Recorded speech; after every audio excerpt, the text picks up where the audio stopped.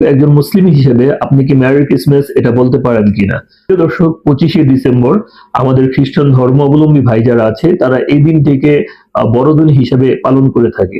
তো তাদের বিশ্বাস হচ্ছে এই 25শে ডিসেম্বর হযরত ঈসা আলাইহিস সালাতু ওয়াসসালাম জন্মগ্রহণ করেছেন এবং হযরত ঈসা আলাইহিস সালাতু ওয়াসসালামের ব্যাপারে তাদের বিশ্বাস হচ্ছে যে হযরত ঈসা আলাইহিস সালাতু ওয়াসসালাম আল্লাহ তাআলার পুত্র।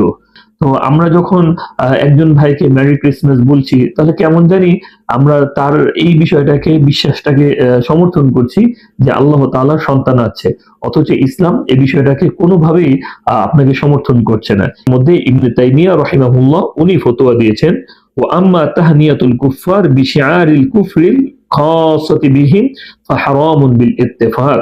ইবনে তাইমিয়া রাহিমাহুল্লাহ উনি বলেন যে যারা বিধর্মী যারা আছে, অন্য ধর্ম অবলম্বী যারা আছে, তাদের বিশেষ ধর্মীয় উৎসবগুলোতে শুভেচ্ছা জানানো এটা সর্বসম্মতিক্রমে